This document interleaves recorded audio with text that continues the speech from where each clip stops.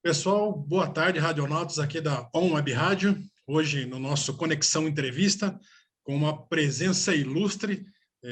Estava até comentando com ele um pouco antes de começar a entrevista, que dispensa até comentários. Todo mundo que está vendo já conhece aí o famoso Coronel Telhada da Rota, muito conhecido pela sua atuação na Polícia Militar, não só na Rota, mas em todos os batalhões pelo qual ele passou.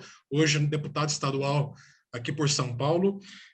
Foi um dos criadores aí do GAT. Que interessante, hein, Coronel? Eu queria, primeiramente, agradecer a tua disponibilidade. Eu sei que a tua agenda é super apertada aí, mas você nos prestigiando aí com um tempo teu para poder bater um papo com nossos radionautas aqui. Coronel, obrigado.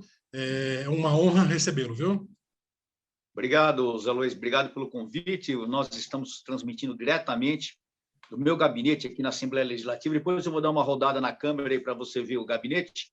Ótimo. Eu sou um cara que adoro quebrar as normas e rotinas, né? O Davi fica louco comigo quando eu faço isso. O Davi é meu assessor aqui, da parte de imprensa. Mas eu gosto de uma entrevista bem descontraída, né? Não gosto de muita formalidade. Sim. Acho que a vida toda eu segui formalidades por ser militar, então eu gosto de quebrar essas formalidades. Mas obrigado pelo convite, é um prazer estar com vocês aqui, com você e com todos os internautas que te acompanham aí. Estou à disposição das perguntas que você quiser fazer. Legal, eu agradeço muito. É uma honra para nós que mais uma vez recebê-lo. E já para começar, Coronel, conta um pouquinho da sua história e como é que começou essa ideia de seguir carreira militar, com quantos anos você ingressou na Polícia Militar, qual foi a sua inspiração aí para seguir essa carreira tão brilhante que você seguiu dentro da Polícia Militar? Bom, Zé, a minha história já é um pouquinho até manchada, né? A pessoa acompanha na internet, já conhece um pouquinho. A minha história é o seguinte, eu quando menino, eu sempre me interessei por assuntos militares, né? Em especial da Segunda Guerra Mundial. Então, eu sempre tive interesse nessa área, né? Quando eu era bem menino, 7, 8 anos, eu fui com meu pai num desfile da então antiga Guarda Civil, que em 1970 unificou com a Força Pública e passou a se chamar Polícia Militar. E eu fui nesse desfile e fiquei encantado com o desfile, com as tropas desfilando. E daquele dia em diante eu decidi que seria militar, né? Eu, a princípio, até tentei ingressar no Exército e na Força Aérea, mas o meu destino era a Polícia Militar. Eu tentei em 76, o Exército Aeronáutica. Em 77, eu tentei o Barro Branco na Polícia Militar e repeti esses 2 anos os exames. Aí, em 78, eu prestei exame e consegui ser aprovado, ingressando na Academia do Barro Branco em 29 de janeiro de 79. Foram 5 anos de curso. Primeiro eu fiz 2 anos de curso preparatório já dentro do próprio Barro Branco. Esses cursos já não existem mais, o curso preparatório já foi extinto também. E depois fiz 3 anos do CFO, que é o curso de formação de oficiais. Saí aspirante em 1983. Aspirante é um posto, né, que você recebe quando você se forma na escola militar, né? Seria mais ou menos um estagiário, né, pós-curso. Fiquei 8 meses como aspirante, aí eu fui promovido a segundo tenente e fiz a carreira ao longo desses 33 anos. Foram 33 anos de serviço na Polícia Militar, até me aposentar em 2011, no dia 18 de novembro, completaram-se agora 10 anos, me aposentei quando eu estava comandando a Rota. E foram 33 anos de serviço na Polícia Militar e praticamente fora o tempo de escola e tal, os 33 anos, sempre em patrulhamento, sempre na rua. Que carreira bacana, né? A Rota é super, mega conhecida, né? Aliás, é conhecida internacionalmente, né, Coronel?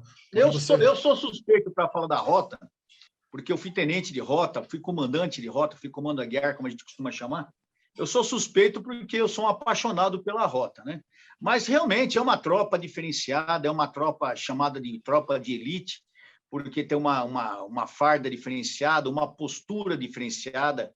Os homens que lá servem são homens, eu diria, diferenciados, porque são 2 vezes voluntários. Eles são voluntários para ingressar na Polícia Militar e são voluntários para servir na Rota. E você sabe, Zé Luiz, não tem vantagem nenhuma ser policial de Rota.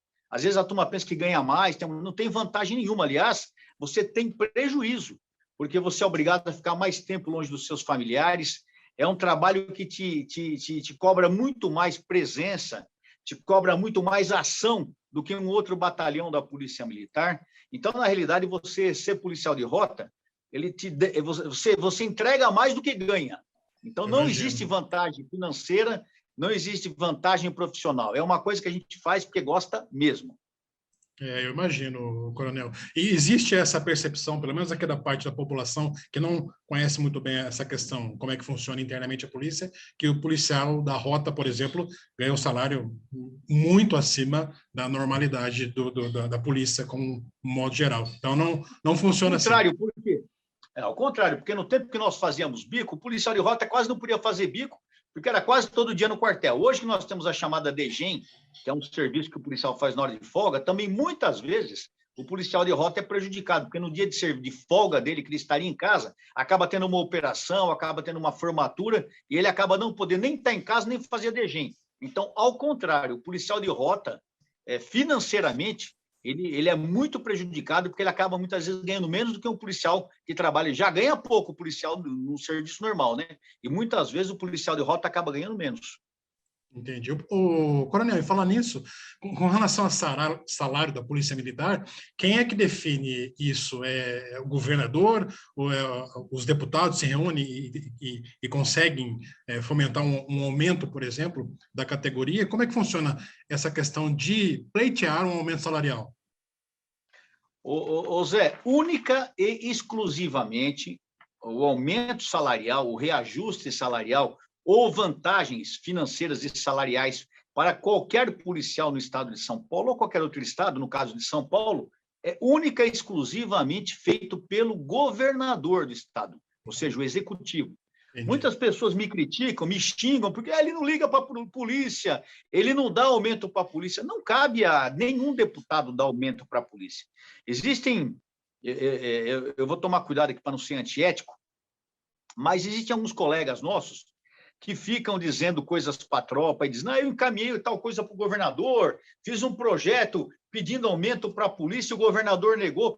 É uma realidade, porque deputado não pode fazer isso. Você pode fazer uma indicação. O que é uma indicação? Indicação é um documento, você pedindo um aumento para a polícia. Isso nós já fizemos mais de 10 ao longo desses anos aqui.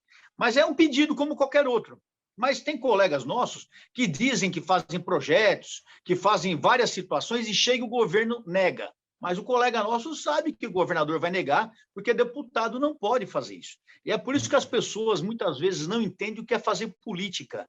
A pessoa acha que fazer política, Zé Luiz, é ficar xingando o governador, gritando ao vento. É muito bonito isso. Nossa, mas como ele grita. Nossa, mas como ele xinga o governador. Eu sou oposição ao governador, apesar de ter apoiado o governador no começo. Com o passar do tempo, não teve mais como apoiá-lo, porque eu vi que ele não tem interesse nenhum.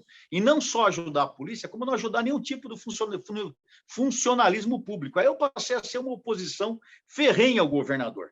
Mas, politicamente, a pior situação é você ser oposição. Por exemplo, vamos supor, Zé Luiz, que você é meu chefe, tá? Eu trabalho para você como policial, como jornalista, como qualquer coisa. Eu vivo falando mal de você, vivo te xingando, falando que você é um canalha, porque você não me apoia, não apoia os trabalhadores, que você é um assassino de polícia.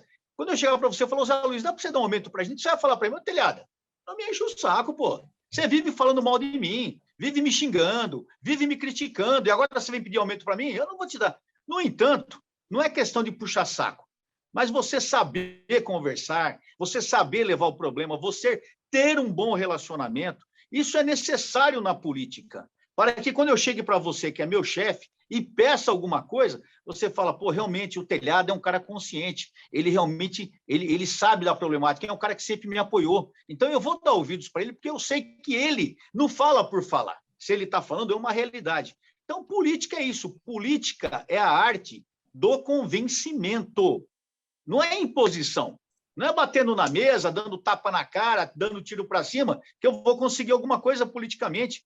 Isso é muito bonito para o pessoal ver, todo mundo bater palma e falar, nossa, como o Telhado é macho. Mas politicamente o resultado disso é zero. Então, essa situação atual do governo de São Paulo é muito complicada por causa disso, porque nós fomos obrigados a nos colocar na oposição. Estando na oposição, o nosso ganho é muito pouco, é muito difícil. A sorte é que a população clama por uma polícia mais eficiente e uma polícia mais bem paga também. Isso faz com que o governador também diga que vai dar um reajuste, apesar que eu quero ver o reajuste que ele vai dizer, que ele andou dizendo que vai dar um reajuste, nós já estamos em novembro e nada foi feito. Eu acredito que se vier não é reajuste, não vai ser reajuste. Eu acredito que ele deve dar algum subsídio, algum penduricalho no salário, somente para o pessoal que está na ativa, reserva, ou seja, os aposentados não vão ganhar nada. Mas é que eu te falei, nós precisamos ter uma boa política para convencer o governador. E, infelizmente, com o governador atual de São Paulo, João Dória, isso não foi possível. Vamos ver se, assumindo o Rodrigo Garcia, se Deus quiser, o João Dória vai sair candidato. Eu espero que ele vá mesmo. Agora, se ele vai ganhar é outra coisa, né? Eu espero que ele saia candidato. E quem sabe com o Rodrigo Garcia a gente consiga uma locução melhor, consiga uma interlocução melhor, consiga uma política melhor e consiga um convencimento mais sustentável para realmente conseguir vantagens para essa tropa de polícia, polícia militar, polícia civil, polícia técnico-científica, a própria SAP, Secretaria de Administração Penitenciária, a gente consiga melhorar as condições de trabalho e de salário para esses homens e mulheres que diariamente estão se arriscando nas ruas, combatendo o crime. É mais do que justo, né, coronel? Porque a vida da polícia não é fácil. Eu sou particularmente... Não é favor. Não é favor dele fazer isso. É justiça. Exatamente. Não é favor, é justiça. Exatamente. E eu, falando como população, por exemplo, como cidadão, admiro muito o trabalho da polícia. Até sou suspeito para falar também, porque quem me conhece sabe o quanto eu admiro a polícia e respeito o trabalho de vocês. Sem vocês aí, você imagina a desordem que seria, né? Uma vez eu vi uma frase... Nós temos um exemplo disso, né? Anos atrás, a Polícia do Espírito Santo, não sei se você recorda, a Polícia Militar do Espírito Santo fez uma greve branca, parou de trabalhar, o Estado entrou em bancarrota, o Estado entrou quase na situação de guerra civil, foi uma terrível. Então, o governo manter uma boa polícia não é favor para a população, é obrigação do governo. E para ele manter uma boa polícia, ele tem que ter salário também. Se ele não tiver salário, não adianta ter armamento, helicóptero. O homem não come helicóptero, o homem não come fuzil, o homem não come viatura. O homem come comida e tem que dar comida para a família dele. Então, ele precisa ganhar bem, né, gente? Exatamente. Até pelo trabalho que vocês fazem, porque não tem ninguém, eu costumo dizer, ninguém chama a polícia, ninguém liga um 90 para bater papo. Ligou porque o negócio azedou, né? Então, quando a polícia é acionada, ela tá ali colocando a sua vida diariamente, literalmente em risco, né? Eu acho que talvez seja a profissão mais arriscada do mundo, seja ser policial. Ainda mais no Brasil, que é um país cheio de complexidades. Cada região é uma região muito específica, né? O crime, infelizmente, funciona de forma ordenada na maioria do país, né? E se não existisse pessoas iguais a você, a todo o pessoal ao senhor, né? Todo o pessoal que trabalhou junto e trabalha até hoje aí na polícia, seja qual delas for, civil, militar, né? E falar nisso, eu queria até te perguntar para o senhor a tua opinião com relação à guarda municipal.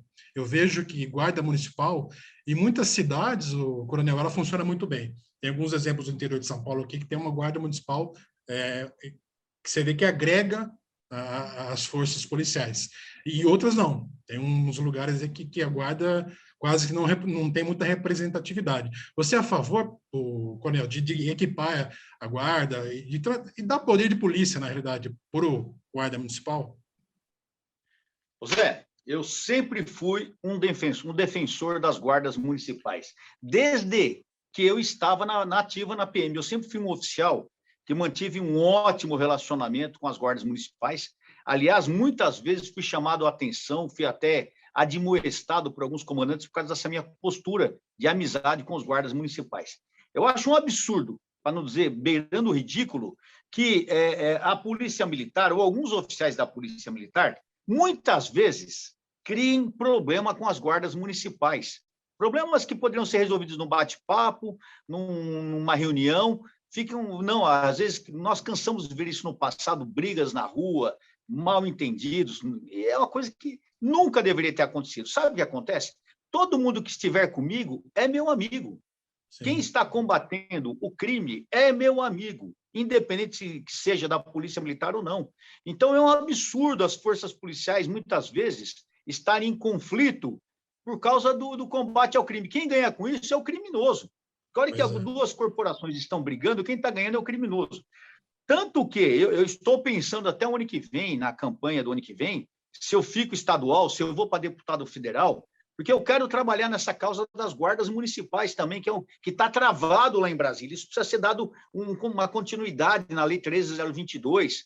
Foi uma das poucas coisas que a Dilma fez de bom, né? Ela não fez nada de bom, exceto a 13.022, que está sofrendo um madinho, está travada aí. Eu acho que nós precisamos dar uma destravada nisso. As guardas municipais são uma realidade. Se você falou que algumas guardas são boas e outras não, me permita discordar. Todas as guardas são boas. Quando nós temos alguma guarda que está fora do padrão, a culpa não é da guarda e nem dos guardas. Quando uma guarda está fora do padrão, a culpa é do prefeito, a culpa é do comandante dessa guarda. Por quê? Se ela não está no padrão, é porque ela não tem o devido apoio. Ela não está sendo usada da maneira que ela deveria ser usada. Porque eu conheço milhares de guardas municipais, homens e mulheres, que são totalmente devotados ao serviço e amam o que fazem. Só que muitas vezes não tem um apoio no trabalho. Então, é ridículo no Brasil, nós temos policiais que não são policiais. É ridículo no Brasil, nós temos homens e mulheres uniformizados na rua, com viaturas caracterizadas, armados, combatendo o crime e que não tem poder de polícia. É só num país de 20º mundo para fazer isso. Infelizmente, em muitas ações, o Brasil é um país super atrasado. Em relação à segurança pública, nós estamos nesse patamar de super atrasado. Nós não valorizamos as guardas, nós ainda aqui no caso de São Paulo temos um bombeiro subordinado à polícia militar, que é um absurdo isso. O bombeiro tem que ser uma instituição à parte, uma corporação à parte. Então, eu falo, se um dia eu fosse secretário de Segurança Pública, eu iria mexer muito na situação, no modelo de segurança pública no estado de São Paulo. É uma coisa que precisa ser mudada urgentemente, e sem crítica a qualquer pessoa que esteja ou que esteve na missão, eu acho que esse é o momento de fazer essas mudanças. Só que precisa de opinião, para não falar outra palavra mais pesada, precisa de opinião para poder fazer essas mudanças. Mas essas mudanças são urgentes, essas mudanças são necessárias, e a principal postura que qualquer chefe de polícia, até o nome, eu acho o nome de secretário de Segurança Pública tão fora de contexto, né? Fora de contexto. O nome certo seria chefe de polícia, né? Sim. Qualquer chefe de polícia do mundo tem que ter é pagar bem a sua tropa. Isso é a primeira coisa que tem que ter. Exato. Entendeu? Não é só em São Paulo, em todo o Brasil. Devia ter um salário padrão nacional, um mínimo nacional para que se pagasse todos mais ou menos no mesmo. Ah, mas São Paulo não é igual ao Rio Grande do Sul, que não é grande igual ao Pará. Ok, concordo. Mas é inadmissível em qualquer estado, principalmente no estado do tamanho do estado de São Paulo, nós termos um salário tão ridículo como é pago aos nossos policiais. Então, se um dia eu fosse secretário, eu iria mudar muita coisa e trabalharia muito com as guardas municipais.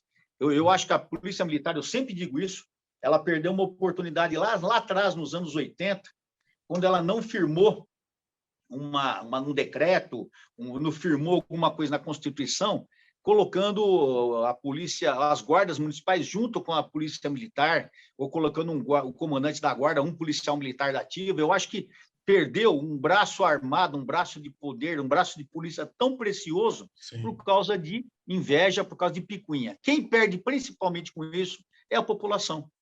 Exato.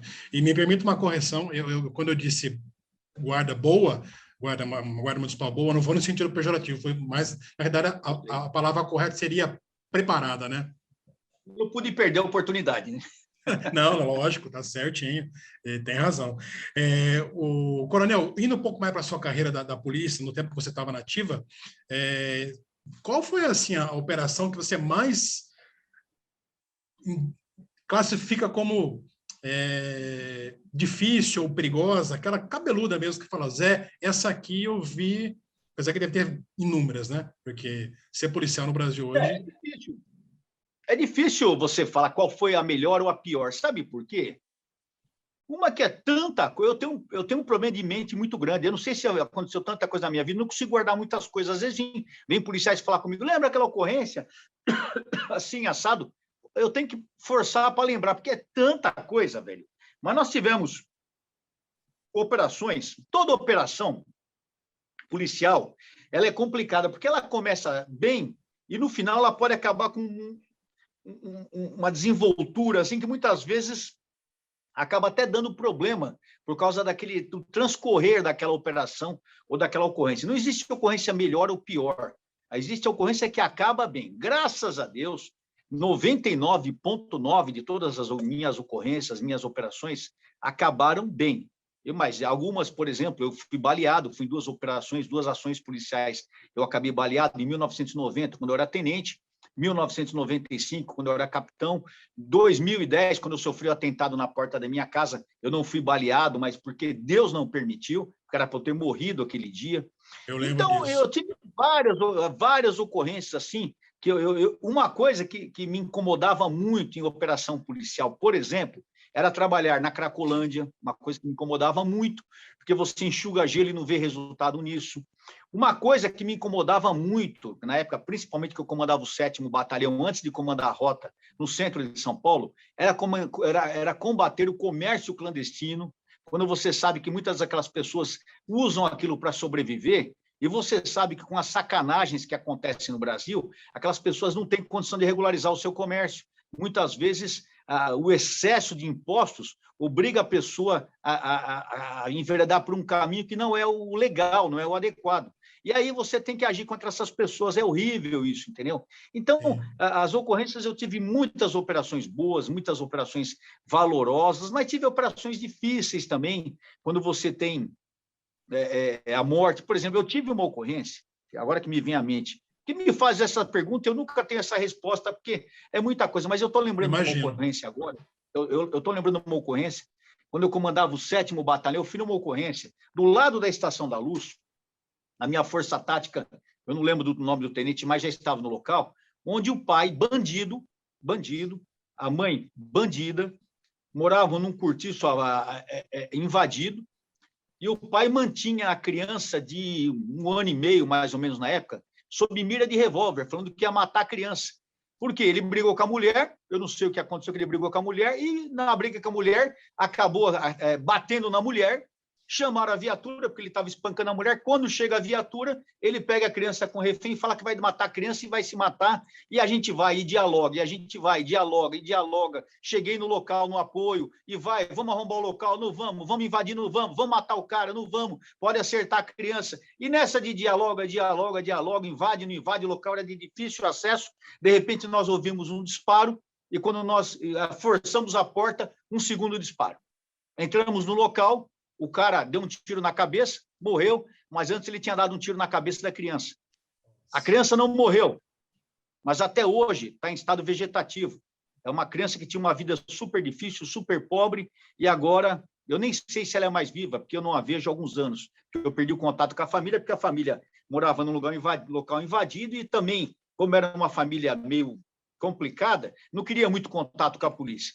Eu acabei perdendo contato com essa família. Mas a última vez que eu vi essa criança, ela já estava com 4, 5 anos, totalmente vegetativa. E isso é uma coisa que me incomoda muito. Não pelo maldito que morreu, eu quero mais que ele morra mesmo, ele devia ter se matado e não feito... Maldito, né, cara? Maldito. Era ele filho tinha que atirar dele? no próprio filho dele. Nossa. Você está vendo como é que é? E aí eu me perguntei, poxa, por que eu não atirei naquele cara? Eu tive uma hora assim, por questão de segundo, a oportunidade de atirar nele, eu estava a uma certa distância, mas eu pensei, se eu atiro, posso acertar a criança, se eu atiro, a família vai ficar contra mim porque eu matei o cara, porque ele não queria morrer, ele queria se render, aquela história toda. E, de repente, nós não fazendo isso, nós condenamos aquela criança a permanecer o resto da vida no estado vegetativo. Isso é para dizer da dificuldade de ser policial. Uma questão de segundos. Se eu tivesse atirado, talvez eu tivesse até condenado hoje. Para que matar o coitado? Desesperado. Ele não ia atirar no filho. Você acha que ele ia atirar no filho? Atirou. E eu carrego, não vou te falar que é um peso na consciência, um peso na alma, não chega a tanto, mas me incomoda muito isso. Imagino. Porque eu acho que eu falhei nessa ocorrência. Não tinha, mas eu, no meu fundo, no meu íntimo, eu acho que eu falhei nessa ocorrência. Então, eu me sinto incomodado por saber que hoje tem um menino de quase isso, foi em 2008, 2007, 2008. Nós estamos em 2021, essa criança, se ela for viva, hoje ela está com 13 anos. Que coisa, entendeu? Né? Mas coisa de serviço. Por isso, e por diversos outros motivos, que é mais do que merecido um reconhecimento em termos salariais, né? Para a nossa polícia aí do Brasil, né? Não só do Estado de São Paulo, como o senhor bem falou, mas do Brasil todo. O coronel, esse atentado que o senhor sofreu, quando foi mesmo? Foi no dia 30 de julho de 2010. Eu lembro que eu acompanhei pela TV quando isso aconteceu. Como é que quando você estava saindo de casa, foi de manhã? Como é que foi isso, coronel? O que aconteceu é o seguinte, Zé, eu comandava a rota e a gente combatia muito o crime organizado, combatia pesadamente. Sim. Tanto que o 01 do PCC, ou ele morria ou ele ia preso. Assumia outro 01, ou ele morria ou ia preso. Dependia do freguês, ele que escolhia. Se ele queria morrer, eu vim preso. E a gente não perdoava, era a operação em cima do PCC, apreensões enormes de droga, apreensões enormes de dinheiro do crime, muito cara preso. Nossa, a gente estava arrebentando o crime organizado. E estava incomodando muita gente, é lógico, estava incomodando muita gente. E o serviço de inteligência lá do GAECO já havia me avisado que o pessoal estava bem incomodado, o pessoal do crime organizado, né? E o que tinha assumido o 01 do PCC naquela época, um tal de Gordex, ele já tinha até comentado em alguma coisa que ele iria tomar uma providência, que ele não ia morrer pela rota, que ele não ia preso e tal, mas isso era normal, era o dia a dia nosso, né? Então, no sábado, dia 30, acho que é dia 30 de julho, eu não lembro se é 30 ou 31. Julho é 30 ou 31? 31, eu não lembro se era 30 ou 31. Estou falando que a minha cabeça está... Acho que eu estou pegando o filho, o alemão já me cercando, viu? Porque eu não esquecendo muita coisa. Mas eu vou falar que é 30 de julho, acho que é isso mesmo, eu não lembro. Eu lembro que naquela manhã eu ia sair de casa que eu ia nadar, eu gostava muito de nadar, agora estou meio parado, mas eu nadava muito, né? Aí eu ia de moto, porque eu gosto de andar de motinha, hoje eu nem moto tenho mais, mas na época eu tinha moto. Mas quando eu fui sair de casa, os carros estavam na garagem, estavam interrompendo a minha passagem, eu peguei, falei para minha mulher, vem me ajudar, e ela estava no telefone, e mulher quando pega no telefone, você sabe, não larga, né, velho? Aí eu mesmo peguei o carro do meu filho, manobrei, meu filho estava dormindo, ele era tenente, ele tinha trabalhado aquela noite no 4º batalhão, estava dormindo, eu manobrei o carro dele, quando eu manobrei o carro da minha mulher, entrei de ré na garagem, veio um carro assim de frente, eu não sei se era era um carro pequeno, como é que chama esses carros pequenos? Celta, não, era um carro pequeno, era um Celta, alguma coisa assim, Corsa, Celta, eu não lembro que carro que era. E o cara que estava do lado do motorista, duas pessoas dentro, o motorista e o passageiro ele me olhou assim, lembro como se fosse hoje, ele me olhando, eu até achei que ele fosse fazer alguma pergunta, pedir alguma informação. Se ele tivesse me chamado, eu tinha descido do carro da minha esposa e tinha ido falar com ele de peito aberto. Nunca me passou pela cabeça. Mas ele olhou para ver se era eu mesmo, olhou, de repente ele colocou a pistola para fora do carro e pau, começou a atirar.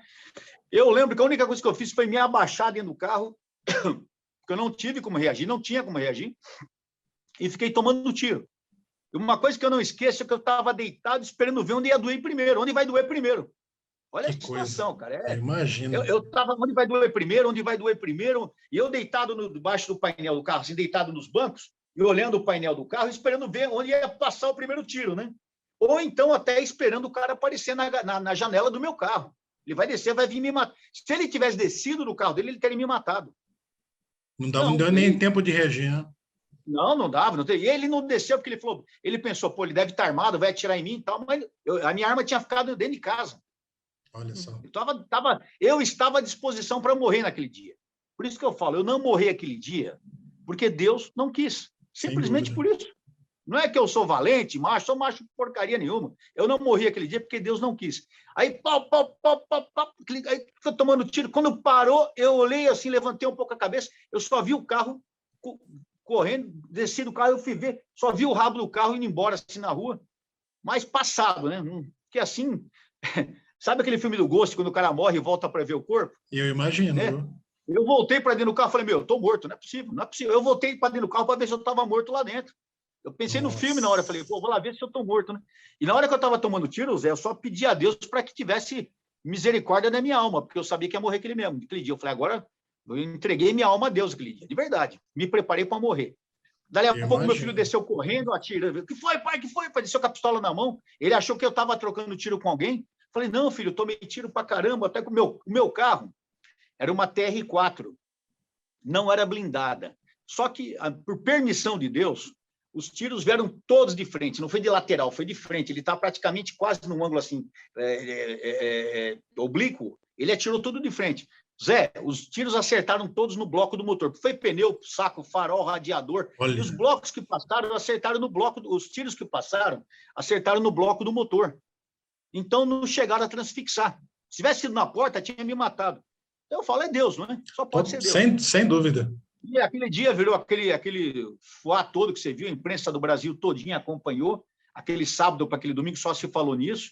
E eu sei que depois de um mês o motorista acabou sendo preso pela rota, e o que atirou em mim, o tal de Gordex, ele morreu dia 1º de setembro, ele morreu um mês depois, morreu trocando tiro com a rota. Deve estar no inferno fervendo, porque não faz falta nenhuma. E foi isso. A partir daquele dia, se mudou até, porque outros coronéis já haviam sofrido atentado, já haviam sido mortos, mas em maneiras assim. Por exemplo, eu lembro que o Coronel Coura foi morto em Guarulhos, caminhando no parque. O Coronel Hermínio foi morto na área da Zona Norte, sempre da Zona Norte, né? Na Zona Norte, passeando também de bicicleta, mas um comandante de rota nunca havia tido esse problema. Eu fui o primeiro a sofrer esse atentado. Mas, graças a Deus, eu estou vivo aqui, porque às vezes eu penso, se eu não tivesse vivo, o que seria? Né? O que iriam falar, né? Ah, esse cara deve estar envolvido com alguma coisa. Ah, esse cara deve ter se envolvido com alguma mulher. Porque quando você morre, você ainda é culpado, né? O problema é isso. Além de morrer, você ainda é errado. Fora, Zé, o que é mais dolorido, que eu cansei de ouvir, até por parte de alguns, isso é mentira, isso é mentira. Isso aí foi ele que armou para se aparecer. Porra, só se eu for um idiota. Só se eu for um idiota para armar uma besteira dessa, dar tiro no meu carro, perder meu carro, porque não tinha, ou melhor, tinha seguro, mas o seguro não comportava o valor do carro. Eu tive que vender o carro para comprar um outro carro. Gastei na época que eu não tinha só um débil mental para dar tiro no próprio carro para tomar um prejuízo. E outra, vamos e venhamos. O trabalho que eu fazia na rota, à época, eu não precisava disso para me aparecer. Eu já aparecia todo dia na televisão, no programa do Datena, em vários programas aí. Não era isso que ia fazer diferença no meu cartaz, sim ou não, positivo ou negativo. Então, mas é que eu falo, infelizmente, os invejosos, os canalhas, os idiotas, tem de monte em todas as profissões. Infelizmente, na Polícia Militar, dentro da Secretaria de Segurança Pública, tem um monte de canalha também, que ao invés de trabalhar, ficam falando mal dos outros. Mas faz parte do meu show. Pois é, e é uma ideia assim que não dá nem para imaginar que alguém acredite numa ideia louca dessa, né? Que isso foi feito de propósito, foi planejado, até porque, como o senhor mesmo falou, as balas que ficaram paradas no bloco ali, não tem como você, né? Eu não vou acertar no bloco para não acertar no coronel, que eu combinei com ele de não acertar nele. Isso aí não existe, né? O cara que fala um negócio desse não sabe o que está falando, né? Deve ser. E outra, é que a gente os sistemas de inteligência, tanto da Polícia Militar, como da Segurança Pública, como do GAECO, confirmaram isso aí, porque eles acompanharam esses criminosos. Confirmaram isso até através de contato com outros criminosos, contato com o PCC. Foi confirmado isso, não há o que negar. Eu estou muito tranquilo quanto a isso. Sim, de forma alguma. Isso nem... Num cidadão de beijo que nem passa pela cabeça, viu, coronel? E eu te falo que você falou do seu trabalho reconhecido, da Atena, te chamando toda hora para conversar, para ouvir tua opinião, enfim, as redes sociais, que o senhor é muito conhecido na sua rede social, na internet de modo geral, no Brasil de modo geral. Eu tenho a impressão, já partindo para o final, que eu sei que o senhor tem compromisso, como cidadão, que de uns anos para cá, coronel, talvez até por conta dessa questão da internet e dos vídeos, dos canais do YouTube, enfim, de uma série de canais de interatividade, a população tem se aproximado, o cidadão de bem tem se aproximado da polícia, tem olhado e admirado cada vez mais a polícia. Pelo menos essa é a percepção que eu tenho como um cidadão comum. Eu não sei se o senhor tem essa opinião, se você acha que isso de fato tenha ocorrido. Olha, eu vou te dar a minha opinião. Ultimamente se fala muito em direita e esquerda, né, no Brasil. Sim. Eu não gosto muito dessas duas designações, porque eu não vejo uma direita ou uma esquerda realmente atuando no Brasil de um modo político como deve ser. Eu vejo algumas pessoas aí que se dizem de esquerda, mas adoram o capitalismo, né? Só no Brasil que a esquerda é capitalista. Aliás, no Brasil não, né? Eu acho que em todo mundo nós temos um monte de governos de esquerda que adoram um din-din, né? Sim. O cara ele impõe o sistema de esquerda para o país dele, mas o cara tem offshore, o cara tem grana no exterior, o cara tem jato, a família dele só anda do bom e do melhor, e o povo passando fome. A esquerda adora isso, né? Aliás, todo socialismo e comunismo no mundo só provou isso. Pois é. Então, quando se adotou a falar em esquerda e direita no Brasil, se adotou muito o discurso, vamos dizer, da esquerda brasileira, além de idiota, é burro. Porque em todo o mundo, a esquerda ela é super militarizada. Você vai nos países esquerdistas, socialistas, eles são países militarizados. Você pega Cuba, você pega a Coreia do Norte, você pega a China, você pega a Venezuela, são países militarizados. O Brasil é o único país onde a esquerda não gosta de militar. Quer dizer, e se a gente for ler história, quem é historiador militar como eu sou, a esquerda veio para o Brasil através dos militares, dos anos 20, dos anos 30. Os grandes nomes da esquerda foram militares. Luiz Carlos Prestes, Juarez Távora, o próprio general, nossa, me fugiu o nome. Não, da cavalaria.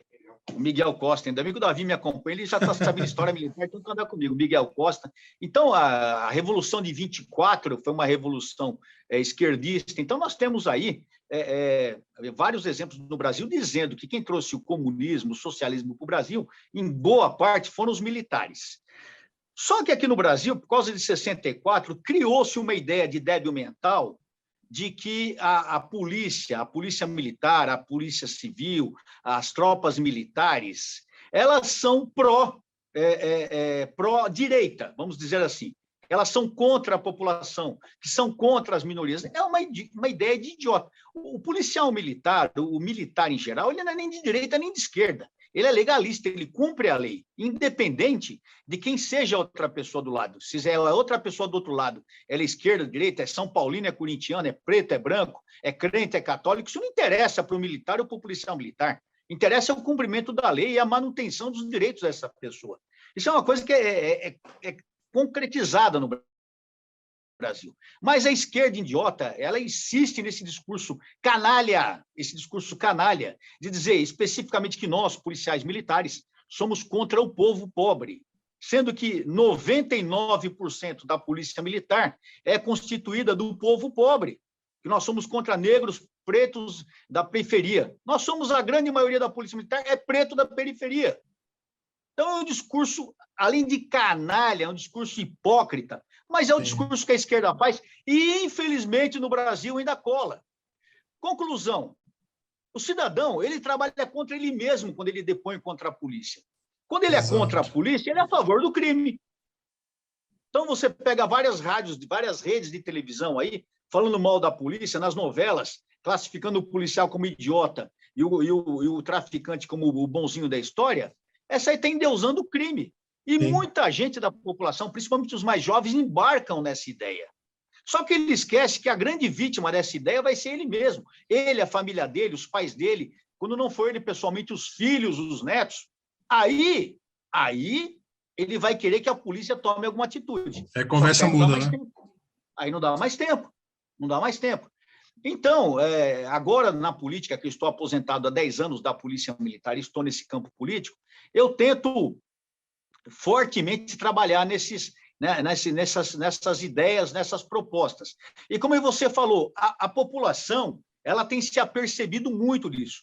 E não é só isso, muita gente que ficava calada, Zé, hoje já não aceita ficar mais calado. Por exemplo, o pessoal conservador, que aceitava tudo calado. Hoje o conservador já não aceita mais, porque o cara da esquerda gritava, e o pessoal, teoricamente, que é chamado da direita, não falava nada. Hoje mudou isso aí. Se o da esquerda grita, o da direita grita mais ainda. Então, você pode ver que os discursos estão baixando muito nesse tom contra os militares, contra a segurança, contra a nação, contra o discurso acentuado contra os valores morais da sociedade, das famílias, hoje tem sido fortemente rebatida, o que não era há 10, 20 anos atrás. E não era por culpa nossa. Eu acho que eu sou mais velho que você, eu tenho 60 anos, a minha geração não cuidou da política, a minha geração não estudou política, a minha geração não participou da política, e o preço foi esse. Nós permitimos, nós que temos de 50 a 80 anos hoje, permitimos que o Brasil chegasse onde chegou. Por quê? Porque nós não participamos da vida política do país. Nós achamos que não era problema nosso, a política é coisa de ladrão, política é coisa de bandido, eu não vou me meter. Conclusão, bandido e ladrão ficam mandando nesse país. Por isso que nós, que não somos ladrões nem bandidos, somos gente, pessoas do bem, nós temos que entrar na política, sim, e mudar essa triste realidade do Brasil. Doa a quem doer. Exatamente. Graças a Deus, pessoas aí como o senhor ingressaram na política e que seja muito, muito próspero em tudo que você deseja fazer pela população, pela polícia, seja em âmbito estadual, como o senhor falou, talvez no futuro em âmbito federal. Saiba que tem muita gente, coronel, mas muita gente torcendo por você, torcendo pela polícia aí e pelo que é correto, né? Eu agradeço esse apoio, é necessário esse apoio para que as pessoas entendam que sem esse apoio a gente não faz nada. Se não for o apoio da população, a gente não consegue fazer nada. Então, eu agradeço mesmo essa oportunidade. Eu estou até olhando para o lado, porque nós estamos aqui na Assembleia, as coisas acontecendo, daqui a pouco começa o plenário. Sim. Davi está me dando um toque aqui, está acabando e tal.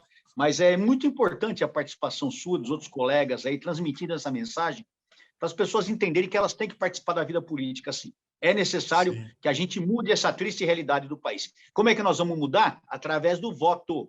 Votando em pessoas que conservem os valores morais, os valores familiares, os valores pátrios, as pessoas que queiram melhor para a sociedade, na saúde, na educação, na segurança, na assistência social, enfim, em todos os setores sociais. Sem dúvida nenhuma.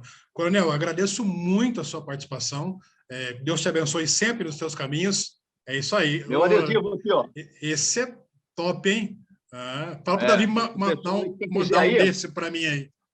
Vou falar para o Davi mandar para você. Nós temos esse aqui também, Vidas de Policiais Importam. Demais. Então, acompanhe a nossa rede social. Nós estamos aí trabalhando. Oi. Quem quer, contato, @coronel. Quem quiser, entre em contato, @coronel Telhada, pela rede social. Contato, @coronel Telhada, e-mail. E-mail, contato, @coroneltelhada.com.br, repetindo, contato, @coroneltelhada.com.br.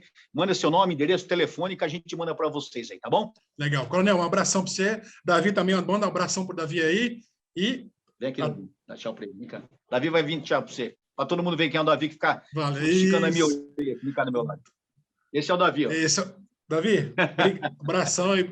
Davi me aguentou um tempão aí, pedindo agenda com o senhor aí. Obrigado, viu? Obrigado. Tanto o senhor quanto o Davi. Tempo, Deus abençoe a todos, Deus abençoe. Amém. E contem com o nosso trabalho na Assembleia. Igualmente. Obrigado. Abração para o senhor. Até mais. Bom trabalho. Tchau, tchau.